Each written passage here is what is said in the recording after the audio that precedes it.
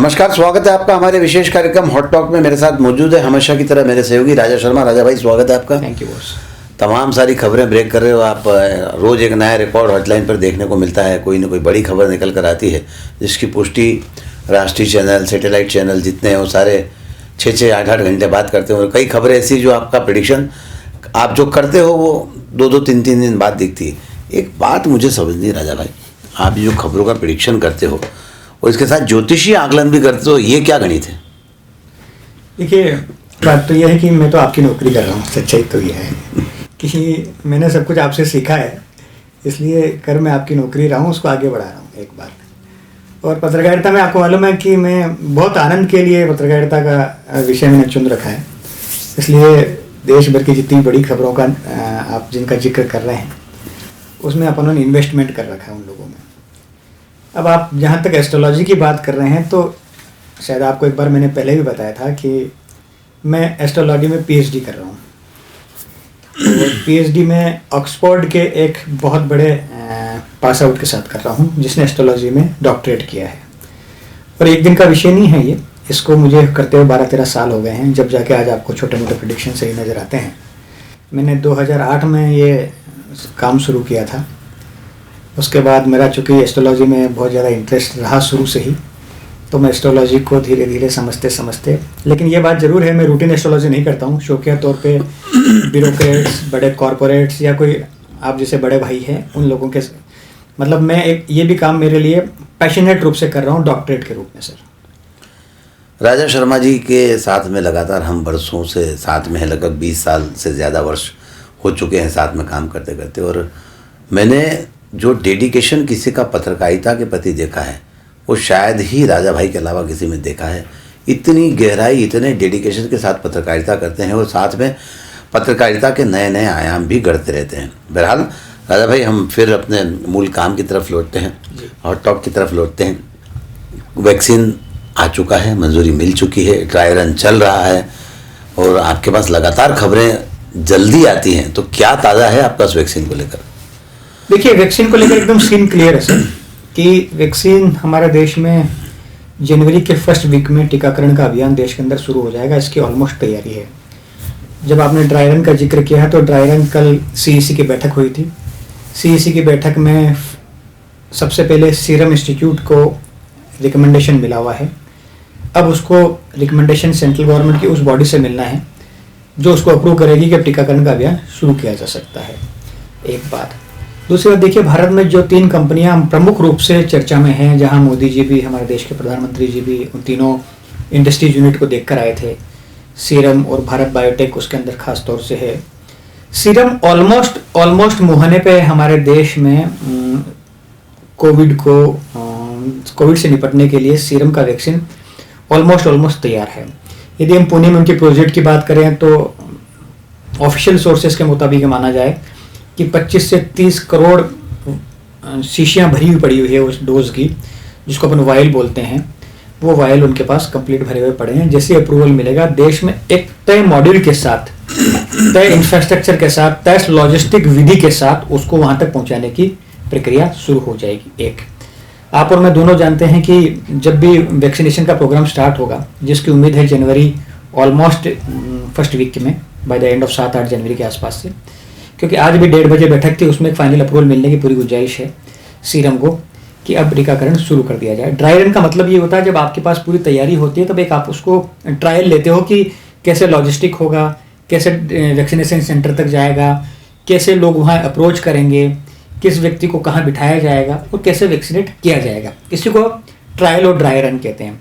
Dry run में आपको तमाम वो प्रक्रियाओं से गुजरना पड़ता है, केवल इंजेक्शन की जगह आपको एक वहाँ पे इंस्ट्रूमेंट लगा के बताया जाता है कि now you are perfect, dry run में आप आ चुके हो। ऐसा तो मुझे लगता है कि जनवरी फर्स्ट वीक के एंड में हमारे देश के लिए एक बहुत बड़ा वरदान साबित होगा। और एज ऑन टुडे सीरम, मुझे लग रहा है कि जो कोवैक्सीन के नाम से जो यूके के ऑक्सफोर्ड के साथ कोलैबोरेशन में बना हुआ है, वो वैक्सीन देश के अंदर सबसे पहले हमारे और आपको बीच को लगने लगेगा। बहुत बड़ी खबर है। कोवैक्सीन के नाम से सीरम का जो ये वैक्सीन है आने वाले 6 महीने के अंदर देश की लगभग 25 से 30% आबादी को वैक्सीनेशन कर देगा। और इसी हफ्ते के अंत तक शायद वैक्सीनेशन शुरू हो जाएगा, जैसा राजा भाई बता रहे हैं। पर निश्चित तौर पर बड़ा चैलेंज लोगों तक पहुंचाना इस वैक्सीन को, इसका लॉजिस्टिक मेंटेन करना है। इसके अलावा इसके साथ बहुत सारे चैलेंजेस भी हैं, इसके टेम्परेचर को मेंटेन करना।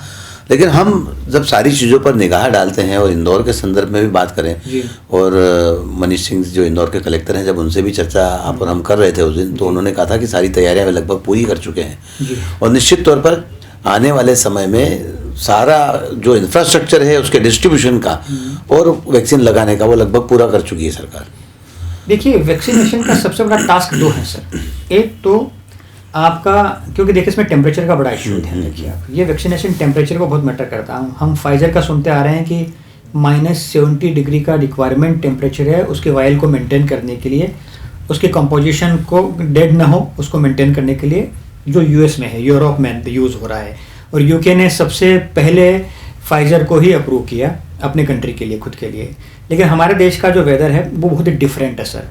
अभी आप देखिएगा फरवरी के बाद हमारे यहाँ का टेम्परेचर ऑलमोस्ट 42-43 होने लगता है, और देश के कुछ ज़िलों में, कुछ राज्यों में ये टेम्परेचर 48, 49, 50, राजस्थान में 50 क्रॉस कर जाता है सर। तो आप देखिए, ऐसा तो है नहीं कि वैक्सीनेशन आज ही खत्म हो जाएगा, वैक्सीनेशन चलेगा साल भर, कम से कम साल भर चलेगा। तो अभी देखिए हम फरवरी के बाद, जनवरी के बाद, अब हम गर्मी के मौसम में आ जाएंगे, तो वैक्सीन को उस टेम्परेचर में मेंटेन करने के लिए सरकार को इंफ्रास्ट्रक्चर, लॉजिस्टिक की वैसी व्यवस्थाएं करना पड़ेगी। जो भी हेडक्वार्टर होंगे, जैसे सपोज कीजिए इंदौर हेडक्वार्टर है, तो इंदौर के आसपास जितने भी बड़े सेंटर हैं, चाहे वो उज्जैन हो, आपके बुरहानपुर हो, खंडवा हो, जो हेडक्वार्टर्स है, वहाँ पे उनको लॉजिस्टिक पार्क के रूप में एक व्यवस्था बनाना पड़ेगी कि इस जगह से यदि इतनी दरमियान, इतनी घंटों के अंदर इस दवाई वहाँ जाती है या 4-5 दिन के अंदर इसका इस्तेमाल होता है, तो इसकी वैक्सीन पे कोई भी दुष्प्रभाव नहीं पड़ेगा। एक बात तो लॉजिस्टिक इसका सबसे इम्पोर्टेंट फैक्टर है, वेयर हाउसिंग इसका सबसे इम्पोर्टेंट फैक्टर है ही, और लगाने के लिए, क्योंकि दुनिया का सबसे बड़ा वैक्सीनेशन प्लान एक साथ होगा, ऐसा मेरा अध्ययन बताता है। तो लगाने के लिए, आपको वैक्सीनेशन करवाने के लिए भी हमारा देश का मॉड्यूल सबसे इसलिए मजबूत नजर आता है मुझे कि हम दुनिया के सबसे बड़े प्रजातंत्र देश हैं, जहाँ पे हम वोटिंग के लिए जिस तरीके से इस्तेमाल करते हैं ना प्रक्रियाओं को, हमारे यहाँ मतदान की जो प्रक्रियाएं हैं, टीकाकरण की जो प्रक्रियाएं हैं, उस प्रक्रिया में हमें कोई बहुत ज़्यादा परेशानी नहीं आएगी, क्योंकि राउंड द क्लॉक हमारे देश में ये अभियान जारी रहता है, चाहे मतदान का हो चाहे टीकाकरण का हो। तो मुझे लग रहा है उन सब मैन पावर को इकट्ठा करके जिला कलेक्टर, राज्य सरकारें उस दशा और दिशा को एग्जीक्यूट करते हुए आगे बढ़ेगी। सही बात है। निश्चित तौर पर वैक्सीन बनाना एक बड़ी चुनौती थी, उस बाधा को लगभग हम पार कर चुके हैं और आने वाले कुछ घंटों के अंदर ही जो ड्रग कंट्रोलर अथॉरिटी है भारत सरकार की, वो उसकी अनुमति दे देगी, ऐसी उम्मीद की जा रही है। ट्रायल और ड्राई रन हो चुका है और उसकी प्रक्रिया कहीं जगह जारी भी है। लेकिन बड़ी चुनौती वैक्सीन का लॉजिस्टिक मेंटेन करना, उसका वेयर हाउसिंग मेंटेन करना, जैसा राजा भाई ने कहा, निश्चित तौर पर बड़ी चुनौती है। और बड़े सेंटरों से फिर छोटे सेंटर तक कैसे पहुंचाना, उसके लिए प्रॉपर कूलिंग अरेंजमेंट करना, उसके लिए प्रॉपर कूलिंग व्हीकल अरेंज करना, तो तमाम सारी चुनौतियां। राजा भाई, मैं देख रहा था कि स्वास्थ्य विभाग के पास कुछ गाड़ियां आ भी गई है इस तरह के वैक्सीन को कैरी करने के लिए, जो कि जिसको कह सकते हैं कि टेम्परेचर मेंटेन व्हीकल रहेंगी वो। बहरहाल क्या लगता है आपको, सरकार ने 1 करोड़ हेल्थ वर्कर्स के लिए सबसे पहला रखा है कि उनको वैक्सीन दिया जाएगा, फ्रंटलाइन वर्कर्स को दिया जाएगा, हेल्थ वर्कर्स को दिया जाएगा, तो सामान्य आदमी तक पहुँचते लगता है 2 महीने से ऊपर लगेंगे? देखिए सर, सरकार ने 27 करोड़ लोगों को फर्स्ट फेज में, उनका फेज फर्स्ट जो है ना, ऑलमोस्ट जुलाई तक काउंट किया उन्होंने। जनवरी टू जुलाई इस वैक्सीनेशन के ड्राइव में 27 करोड़ लोगों को टारगेट किया है। 27 करोड़ लोगों में 1 करोड़, जैसा आपने जिक्र किया, हेल्थ वर्कर्स हैं, फ्रंटलाइन वर्कर हैं, प्लस उसके बाद कोमोर्बिडिटी के साथ +50 की एज के साथ वो लोग भी हैं जिनको कोई अन्य बीमारियां भी है। ऐसा वो सरकार के पास सब डाटा है सर, सरकार के पास हर व्यक्ति का मतलब पूरा डाटा उपलब्ध है। तो सरकार डाटा के हिसाब से आपको अप्रोच करेगी और उसका एक सिस्टम बनाया उन्होंने, कोविन करके एक वेबसाइट बनाई है। कोविन में आपको रजिस्ट्रेशन कराना पड़ेगा यदि आपको वैक्सीनेशन करवाना है, तो कोविन से आपको एक OTP जनरेट होगा, फिर वो OTP आपको शायद वहाँ दिखाना पड़ता है, उसका जो भी सर्टिफिकेशन का प्रक्रिया होती है। एक बहुत ही इसकी ब्लैक होल्डिंग ना हो, ब्लैक मार्केटिंग ना हो, एक व्यक्ति को, पात्र व्यक्ति को ही मिले, इसका मिसयूज ना हो, इस कारण सरकार ने बहुत ही ट्रांसपेरेंसी का एक मॉड्यूल बनाया है, जो मैं समझ पा रहा हूँ। उस मॉड्यूल के तहत आप और मेरे को इस वैक्सीन मिलेगी। एक दूसरी बात, जुलाई के बाद देश के अन्य जो रिक्वायर्ड लोग हैं उन तक ये पहुंचेगी। लेकिन मेरा एक दूसरा मानना भी है सर, ये तो हो गई सरकार के प्रोटोकॉल की बात। अभी हम देखिए साल भर इस बीमारी से त्रस्त थे, इस वेदना को हमने झेला, अभिशाप को हमने झेला, और आपके हमारे इष्ट मित्रों ने, परिजनों ने हमको खोया भी है देखिए। लेकिन मुझे ऐसा नहीं लगता है कि कोई बहुत ज़्यादा मारा मारी होगी, लोग कहेंगे कि मेरे को लगाइए मेरे को लगाइए, क्योंकि जो हर्ड इम्यूनिटी के लोग हो गए ना। देखिए आप अर्बन की बात मत कीजिए, अर्बन में तो लाइन लगा रहेगी, मैं रूरल की बात कर रहा हूँ।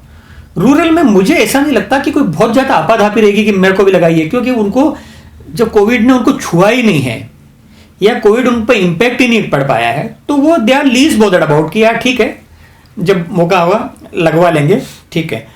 मुझे ये मेरा मानना है कि बहुत ज़्यादा आपाधापी रिमोट एरियाज में नहीं होगी। उदाहरण के तौर पर अभी अपन ने बिहार का चुनाव देखा। बिहार के चुनाव में हमने देखा कि हजारों लाखों की संख्या में एक दूसरे से लोग चिपक के खड़े हैं। आप बताइए बिहार से कितने मतों का आंकड़ा आइए बताइए। चलिए अभी हम बंगाल देख रहे हैं, बंगाल में अमित शाह की रैली देखी, हम रोज बीजेपी के प्रोटेस्ट देख रहे हैं, टीएमसी के कार्यक्रम देख रहे हैं, हजारों की संख्या में लोग खड़े हैं ना। हिट इम्यूनिटी के कारण वो सब देखो, उनको कोई ऐसा इंतजार नहीं है उन लोगों की कब दवाई आए कब वैक्सीन आए। ये आप और मेरे को, ये अर्बन के लोगों को खासतौर से इंतजार है, जिनकी मुझे लगता है इम्यूनिटी कमजोर है, जो इसी कल्चर में लोग रहते हैं, जो कोमॉर्बिडिटीज के शिकार हुए हुए रहते हैं। हमारे देश में यदि 95% जनता जो रूरल में है, रूरल की जनता को बहुत ज़्यादा मुझे इसमें असर होते हुए मैंने अभी तक महसूस नहीं किया। साल भर होने को आया है इस मामले में, तो आपाधापी वाली बात मुझे नहीं लगती कि कोई मारामारी होगी। अर्बन एरिया में हो सकती है कि बोले मुझे लग जाए तो मैं सुरक्षित हो जाऊं, रूरल में अवेलेबिलिटी और उसकी रिक्वायरमेंट के हिसाब से होगा, ऐसा मेरा व्यक्तिगत सोचना है। आपका कहना बिल्कुल दुरुस्त है राजा भाई, क्योंकि अगर हम बात करें ग्रामीण क्षेत्रों में, हम इंदौर के आसपास से सटे हुए ग्रामीण क्षेत्रों में भी जब जाते हैं तो वहाँ कोई मास्क को लेकर कोई अवेयरनेस नहीं है। बिल्कुल। और किसान जो होता है, गांव के लोग जो होते हैं, उनकी इम्यूनिटी इतनी स्ट्रांग होती है कि वो सब चीज़ें उनको छू भी नहीं पा रही है, क्योंकि दिन भर खेतों में काम करना, गांव में काम करना, चलना फिरना पैदल। तो निश्चित तौर पर ये एक बड़ी बात है और सही बात भी है कि गाँव में इसका इतनी आपाधापी नहीं होगी, शहरी क्षेत्रों में आपाधापी होगी बहरहाल। लेकिन ये बात अच्छी आपने बताई, उस वेबसाइट के बारे में आपने बताया है जिसके माध्यम से रजिस्ट्रेशन होगा, तो आप सब लोग उसके बारे में भी जानकारी रखिए अगर आप वैक्सीनेशन करवाना चाहते हैं। तो क्या लगता है इस वैक्सीनेशन को पूरा होते होते 2 साल लगेंगे? सर देखिए, कोई भी जब भी पेंडेमिक आया है ना, तो मैं कुछ डाटा स्टडी कर रहा था, जब भी पेंडेमिक आया है तो उसको वाइप आउट होने में 4 साल लगते हैं सर जी। और अभी तो आप और मैं जब 2021 की बात करेंगे तो 2021 में चूंकि हम एंट्री करते सी वैक्सीन हमारे हाथ में आ रही है, तो हमारा एक मॉरल बूस्ट हो रहा है, हमारा कॉन्फिडेंस जनरेट हो रहा है, हमको एक होप है, उम्मीद है कि ये वैक्सीन हमको काम करेगी, हमारी इम्यूनिटी को बढ़ाएगी, हमारे एंटीबॉडीज़ को बढ़ाएगी। और उसमें भी देखिए, मैं आपको एक टेक्निकल बात बताता हूँ, वैक्सीन 2 डोज में लगेगी। मैं डॉक्टर नहीं हूँ, मैं सिर्फ टेक्निकल बात बता रहा हूँ, है ना। वैक्सीन 2 डोज में लगेगी, 2 डोज में लगेगी तो उसका एक सर्टेन पीरियड गैप होगा कि इतने दिन बाद आपको फिर दूसरा हाई बूस्ट डोज लगवाना रहेगा। तो जानकार ये बताते हैं, अध्ययन ये बताता है कि 2 महीने बाद, इट मीन्स अराउंड 6 वीक बाद आपको एंटीबॉडीज बनना शुरू होती है। एंटीबॉडीज कंप्लीट बॉडी को रेजिस्टेंस देना स्टार्ट करती है। तो ऐसा नहीं है आज आपने लगवा लिया कल आप मास्क निकाल के घुस जाए, नहीं, बिल्कुल नहीं। मास्क तो आपको अगले 6 महीने तक क्योर करके लगाना चाहिए कायदे से, दवाई लगने के बाद भी, क्योंकि दवाई सब तक नहीं पहुंच रही है। आप खुद सुरक्षित हुए तो ये मान के चलिए कि सामने वाला व्यक्ति कोविड से इन्फेक्टेड है, और इन्फेक्टेड है तो कहीं ना कहीं आपके आसपास के एरिया को इन्फेक्ट कर सकता है। इसलिए एटलीस्ट 6 वीक, जो ये साइंटिफिक अध्ययन बता रहे हैं, 6 सप्ताह के बाद एंटीबॉडीज आपकी बॉडी के अंदर जनरेट होगी और फिर आप सुरक्षित रहेंगे। लेकिन मास्क तो आपको उस पीरियड में भी इस्तेमाल करना चाहिए, क्योंकि मास्क लगाएंगे तो आपका खतरा 0% हो जाएगा। एक बात। दूसरी बात, जैसे मैंने कहा कि 3-4 साल लग ही जाते। मैं पुराने कुछ पेंडेमिक पढ़ रहा था कि जब फ्लू आया था तब की देख रहा था कितने लोगों की मृत्यु हुई थी, कितने समय तक चला था। फिर हो सकता है एक समय के बाद ये एक बीमारी के रूप में हो जाए, फिर उसका ड्रग मिलने लग जाए हमको, क्योंकि अब ड्रग तो है नहीं। इसलिए हम वैक्सीन की बात कर रहे हैं। वैक्सीन मतलब टीका, हम जो टीका लगा रहे हैं उसकी बात कर रहे हैं, अभी दवाई गोली की बात नहीं कर रहे हैं। और टीका किस लिए लगा रहे हैं? टीका इसलिए लगवाएंगे कि हमको ये बीमारी आगे ग्रसित न करे। हमारे शरीर में जो एंटीबॉडीज जिसको बोलते हैं, रोग प्रतिरोधक क्षमता जिसको बोले, वो डेवलप हो जाती है। तो जैसे ही वायरस अंदर जाएगा एक्टिव नहीं हो पाएगा और वहीं खत्म हो जाएगा। उसकी चीज के लिए दवाई बुनी है ये। दवाई सिर्फ उसी चीज के लिए बन रही है कि आपके शरीर में रोग प्रतिशोधक क्षमता बन जाए। सही बात है, इम्यूनिटी बूस्टर है बेसिकली देखा जाए तो। वैक्सीनेशन को अगर हम माने तो आपकी इम्यूनिटी जो है वो अगर बूस्ट हो गई तो वो कोरोना के वायरस से आपको लड़ने में मददगार साबित होती है और उसको ख़त्म करने की पूरी उसकी चेष्टा रहती है। बहरहाल राजा भाई, कोरोना को लेकर वैक्सीनेशन को लेकर आपने काफ़ी अच्छी और उम्दा जानकारियाँ दी है। अब आपने बिहार की रैली की बात भी कही, आपने बंगाल की रैली की बात भी कही है, और जब राजनीति की बात चल रही है तो इस समय सबसे ज़्यादा चर्चा मध्य प्रदेश की राजनीति में है तो वो है कार्तिकेय चौहान की, जो शिवराज सिंह चौहान के सुपुत्र हैं और वे युवाओं से संवाद शुरू कर चुके हैं। इसको लेकर क्या कहते हैं? देखिए, इसका राजनीतिक मायना समझिए आप। कार्तिकेय चौहान उपचुनाव के अंदर आप देखिए, जब मध्य प्रदेश में अभी उपचुनाव थे 28 सीटों पे, उन उपचुनाव में कई सीटों पे सक्रिय रूप से कैंपेनिंग करते हुए नजर आ रहे थे। और शिवराज सिंह चौहान के पुत्र हैं तो उनका वैल्यू एडिशन उनको ये है कि मुख्यमंत्री के पुत्र हैं, और जब मुख्यमंत्री के पुत्र प्रचार करने आ रहे हैं तो आसपास के वो कार्यकर्ता जीव हुजूरी में, जी भाई साहब में इसलिए नंबर बढ़ाने लग जाते हैं कि उनके नंबर बढ़ेंगे तो मुख्यमंत्री तक संदेश जाएगा, देखो मेरे बेटे की मदद कर रहे हैं। पुत्र जो है, सेकंड जनरेशन जो है वो हर जगह लागू है। कोई शिवराज सिंह चौहान उसमें कोई नया नाम नहीं है। आप किसी भी बड़े राजनेता का उठा के देख लीजिए, सेकंड जनरेशन को ऐसे ही इंट्रोड्यूस किया जा रहा है और ऐसे उनकी एंट्री करवाई जा रही है। तो कार्तिकेय चौहान, इंदौर में उनका एक कल कार्यक्रम प्रस्तावित है युवा कुंभ के नाम पे। वो युवाओं से संवाद करेंगे। अब ये जब कार्तिकेय यदि वहाँ पे चीफ गेस्ट के रूप में आ रहे हैं, आकाश विजयवर्गीय पुत्र ऑफ कैलाश विजयवर्गीय यदि उस कार्यक्रम के आयोजक हैं, तो आप मान लीजिए कि एक नई जोड़ी काम करने लगेगी।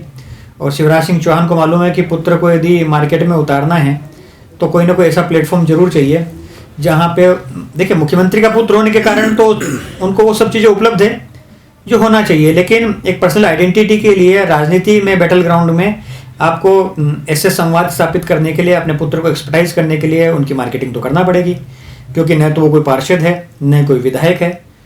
तो जब वो ग्राउंड लेवल पे कोई राजनीति में तो है नहीं, पुत्र ऑफ शिवराज सिंह चौहान है, ये अलग विषय है, ये उसको विरासत में मिला हुआ है क्योंकि अब शिवराज सिंह चौहान मुख्यमंत्री है। लेकिन कार्तिकेय को खुद को प्रूव करने के लिए मैदान तो पकड़ना पड़ेगा, और मैदान पकड़ने के लिए ऐसे आयोजन भी करने पड़ेंगे। तो एक लाइन में मैं ये कहूँगा कि ये कार्तिकेय सिंह चौहान की मार्केटिंग का, ब्रांडिंग का, प्रमोशन का एक इवेंट है।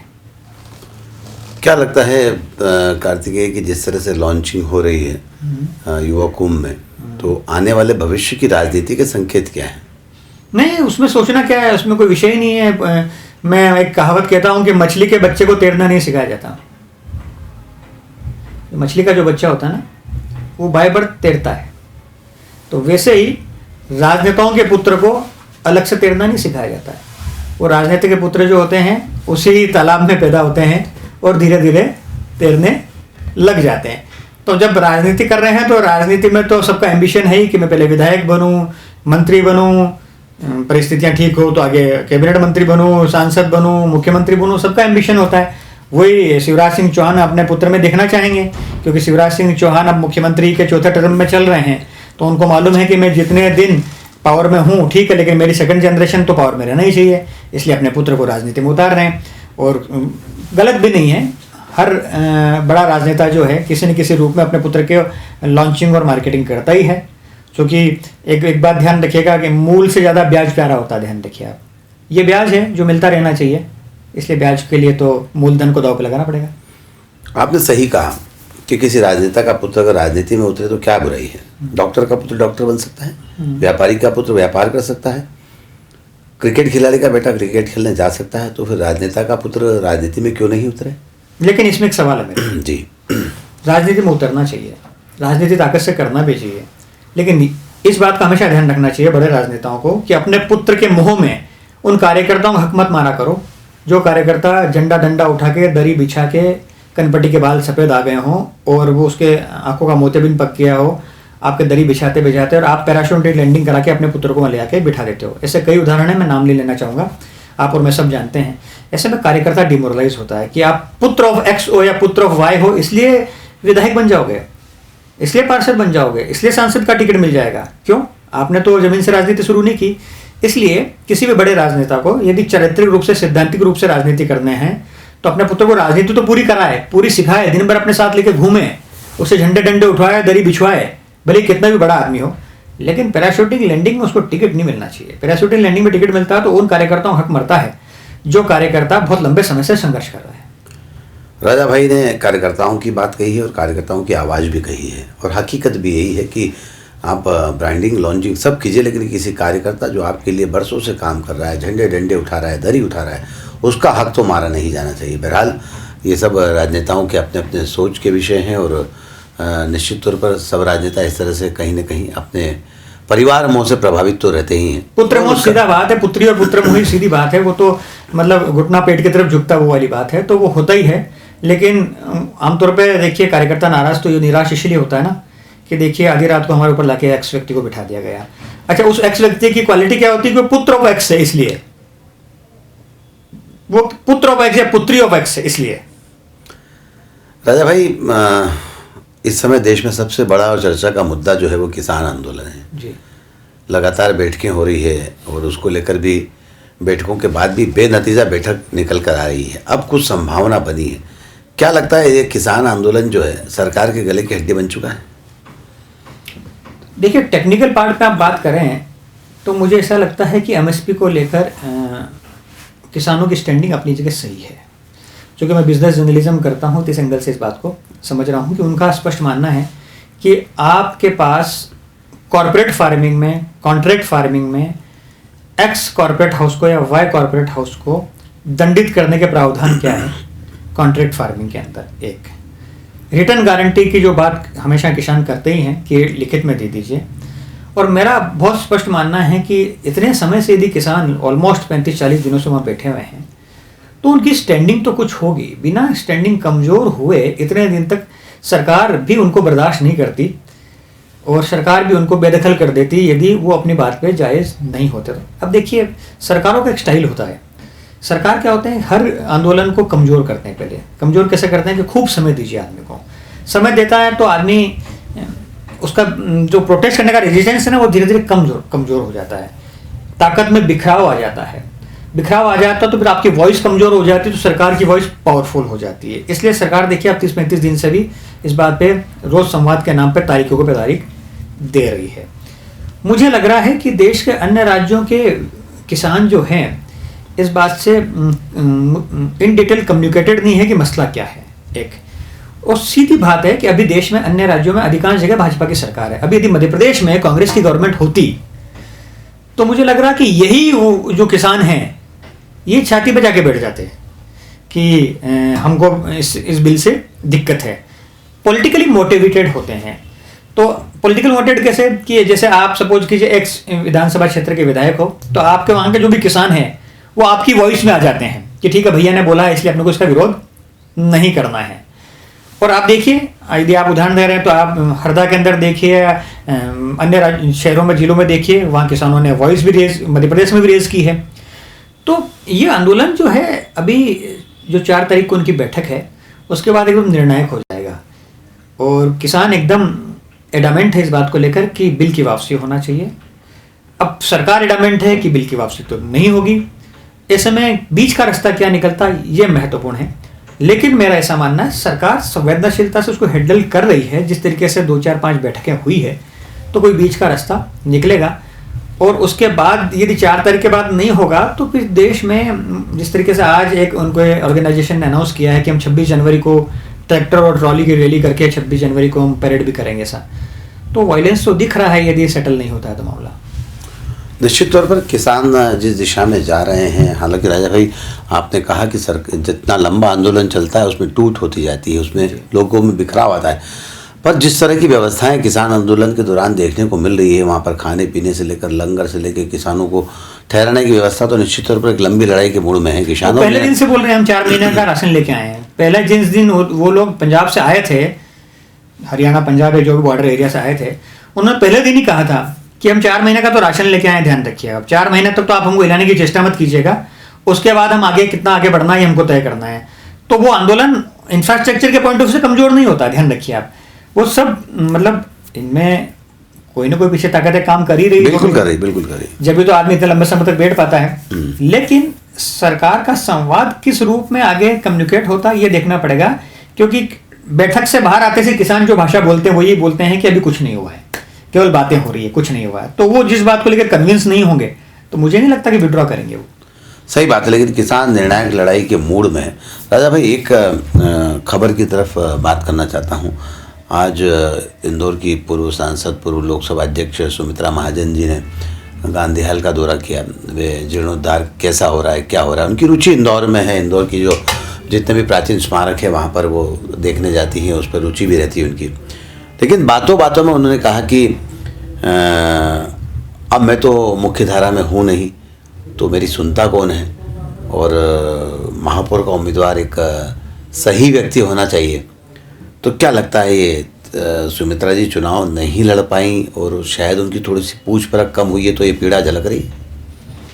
देखिए, सुमित्रा महाजन जी को इस शहर ने, माहिल्या की नगरी ने, इंदौर के बासिंदों ने, भारतीय जनता पार्टी ने, राष्ट्रीय नेतृत्व ने पिछले ऑलमोस्ट 4.5 दशक, ऑलमोस्ट 40 साल की राजनीतिक कैरियर में बात करो तो जितना मान सम्मान, रेस्पेक्ट, पोर्टफोलियो, पार्लियामेंट मेंबर और इवन की लोकसभा स्पीकर, जो देश की सबसे बड़ी असंधि होती है, व्यासपीठ होती है राजनीति की, वहाँ तक पहुँच चुके हैं। अब मुझे लग रहा है कि उसके बाद कुछ बचता नहीं है व्यक्ति को हासिल करने में, ऐसा मेरा व्यक्तिगत मानना है। और उम्र भी एक बड़ा, सबसे बड़ा फैक्टर है ताई जी की। मेरे हिसाब से एज भी +75 हो चुके हैं जी। ताई जी का एक बहुत पाक साफ कैरियर रहा है। और ये यदि उनका आज भाव जो आप बता रहे हो, उन्होंने एक प्रतिक्रिया दी है, तो वो एक ह्यूमन नेचर के हिसाब से तो दी जा सकती है कि मेरी अब कौन सुन रहा है या मैं किसी पोस्ट पे नहीं हूँ। लेकिन ताई जी ने एक लंबा कैरियर को एंजॉय किया है। हमारी शहर की ब्रांडिंग में सुमित्रा महाजन जी का बड़ा योगदान रहा है। इंदौर शहर को पहचान दिलाने में सुमित्रा महाजन का अपना कंट्रीब्यूशन रहा है, क्योंकि लोकसभा स्पीकर जब किसी शहर से होता है तो शहर का नाम बहुत प्रमुख हो जाता है। आज ओम बिरला को कितने लोग पहले जानते थे, लेकिन अब लोग कहते हैं कि ओम बिरला कोटा से हैं। तो वैसे ही चलिए मैं आपसे पूछता हूं कि पहले मीरा कुमारी हुआ करती थी स्पीकर, कौन से राज्य से, तो आप ये नहीं बता पाओगे आप जी, बिहार सासाराम से थी। मतलब कितने लोगों को मालूम है जी। तो शहर की ब्रांडिंग में ताई जी का बड़ा योगदान रहा है। अब जहाँ तक महापौर की बात है, तो सर मैं बहुत विनम्रता से आपसे आग्रह करूंगा कि महापौर के लिए हम एक अलग से टॉक शो करेंगे। जो मेरा थॉट है कि अब हमको बिजनेस लीडर चाहिए इस शहर के लिए, राजनेता नहीं चाहिए। हमको इस शहर के लिए CEO चाहिए, राजनेता नहीं चाहिए। CEO से तात्पर्य मेरा बहुत स्पष्ट मानना है, जिसका विजन हो खुद का, जो शहर को टेक ऑफ करवा सके, क्योंकि शहर टेक ऑफ के मोड पे खड़ा है। जब हम 2020 में चुनाव लड़के 2025 में लैंड करेंगे तो हमारे शहर का एक अलग दृष्टिकोण होना चाहिए, ब्लूप्रिंट होना चाहिए। उस ब्लूप्रिंट का सोचने वाला राजनेता का दृष्टिकोण भी वैसा होना चाहिए। केवल फीता काटना मेरा सांकेतिक शब्द ही है, केवल फीता काटना ही उसकी इतिश्री नहीं होना चाहिए। उसका खुद का एक अध्ययन होना चाहिए, डॉक्यूमेंटेशन होना चाहिए, भाषाओं का भी ज्ञान होना चाहिए। यदि अब्रॉड जाते हैं तो लर्निंग लेसन भी होना चाहिए। विदेशों के, देखिए इंदौर स्वच्छता का ब्रांड बनने के बाद लोगों की नज़रों में तो आ गया इंदौर। अब आप उसको केवल अफसरों के भरोसे मत चलाइए, आपका खुद का विजन होना चाहिए। और मैं बहुत शिद्दत से कह सकता हूं कि महापौर जब कैलाश विजयवर्गीय थे, उनका अपना विजन हुआ करता था। कैलाश विजयवर्गीय ने पब्लिक प्राइवेट पार्टनरशिप मॉडल चालू किया। वो एकमात्र आदमी था उसने आज से तकरीबन 16-17 साल पहले जब मेयर हुआ करते थे वो, तो वो लंबा बेड़ा विजन लेके चला करते थे। और शहर का जो आउटर सर्कल है कि शहर का ग्रोथ कैसे हो, वो उन्होंने PPP मॉडल से लेके तमाम इंफ्रास्ट्रक्चर की योजनाओं के तहत किया। तो मेरा मानना है इस पर एक अलग से शो किया जाना चाहिए अपने को। सही बात है। निश्चित तौर पर जब ये घड़ी आएगी तो हम चुनाव में कौन अच्छा उम्मीदवार हो सकता है, कैसा होना चाहिए और कितना फ़ायदा उससे शहर को होगा, और शहर की जो सोच है, और शहर जब 4 बार स्वच्छता में नंबर 1 आ चुका है, तो शहर को रिप्रेजेंट कैसे किया जाए, उस तरीके का, उस काबिलियत का आदमी शहर का महापौर का उम्मीदवार बने। ये बात बहुत हद तक सही है, क्योंकि जब आप देश में इतना अच्छा मुकाम हासिल कर लेते हो तो आपके पास शहर को आगे ले जाने का एक विज़न होना चाहिए, आपके पास खुद की सोच होना चाहिए। साथ ही आप अपने शहर को जब कहीं बतौर शहर के प्रथम नागरिक रिप्रेजेंट करते हो, तो उसका इम्पैक्ट जो आना चाहिए वो प्रॉपर आना चाहिए। क्योंकि सवाल ये खड़ा नहीं होता कौन होगा, सवाल ये होता कैसा होना चाहिए। कौन हो सकता तात्पर्य हमारा कोई XYZ से नाम से कोई विषय नहीं है, लेकिन व्यक्ति कैसा होना चाहिए जिसका खुद का विजन हो, खुद का अध्ययन हो, खुद का डॉक्यूमेंटेशन हो, खुद मास्टर प्लान को समझे, कुछ ब्लूप्रिंट बनाए, देश दुनिया में चल क्या है समझे, टेक ऑफ हो रहा है, इंदौर कैसे ग्रो करेगा, एजुकेशन का हब है, हेल्थ का हब है, लॉजिस्टिक का पार्क है, ये सब चीज़ें दिमाग में होना चाहिए उनके। बिल्कुल सही कहा आपने। बहरहाल हमने बहुत सारी बातें कही है। आज हमने वैक्सीन को लेकर बात कही, आज हमने युवा कुंभ को लेकर बात कही है, आज हमने सुमित्रा जी की जो पर मन की बात है उस पर बात कही है, शहर के महापौर को लेकर बात कही है और तमाम सारी बातें किसान आंदोलन को लेकर भी कही है। तो आज के इस कार्यक्रम में बस इतना ही। सुनील जोशी और राजा शर्मा को दीजिए इजाज़त। नमस्कार।